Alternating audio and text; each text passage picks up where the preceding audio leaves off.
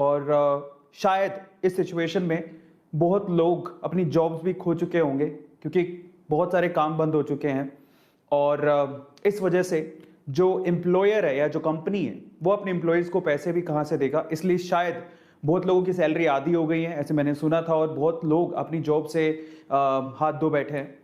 पर सवाल ये है कि क्या अगर हम अपनी ट्रेडिशनल जॉब से हाथ धो बैठे हैं तो क्या हमें कभी जॉब नहीं मिलेगा, या इस सिचुएशन में क्या हमें नए रास्ते तलाशने नहीं चाहिए? आज उसके बारे में हम लोग बात करने वाले हैं, जो कि अब इस सिनेरियो में बहुत ज्यादा जरूरी हो गया है। हमें अपनी ट्रेडिशनल सोच बदलनी होगी, हमें नए आयाम तलाशने होंगे, हमें नए रास्ते खोजने होंगे, ताकि हम लोग अगर भविष्य में कोरोना जैसी सिचुएशन आ जाए तो उसमें भी हम लोग क्या करें, सरवाइव कर सकें, सरवाइव कर सकें। ये बहुत इंपॉर्टेंट है।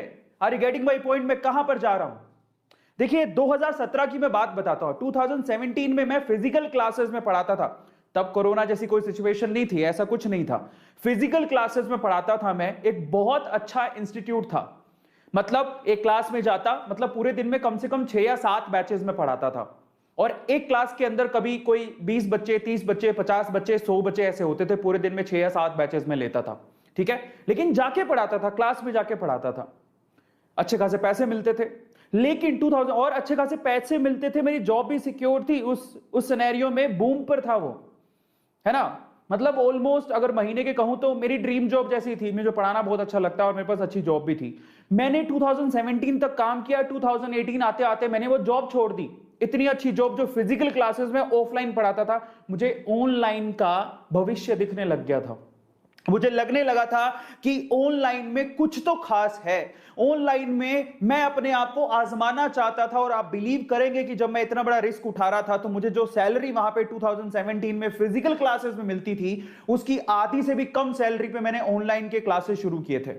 मुझे 1.5 लाख रुपया मिलता था ऑलमोस्ट फिजिकल क्लासेस में। मैंने 30,000 की अपनी ऑनलाइन जॉब शुरू की थी किसी कंपनी में, और यूट्यूब पे पढ़ाना शुरू किया था, और वो भी लीडिंग कंपनी थी। लेकिन मैं 30,000 रुपए में शुरू किया था, सिर्फ इसीलिए कि मैं नए रास्ते खोजना चाहता था। और आज मैं आपको बता देता हूं कि शायद लोग ऐसा कहते हैं कि जो ऑनलाइन पे काम कर रहे हैं, यानी कि हम लोग, उनसे ज्यादा सुखी कोई नहीं है। ये आप भी शायद मानते होंगे। मैं इसे उस वे से नहीं कह रहा हूं, आप जरा समझिएगा।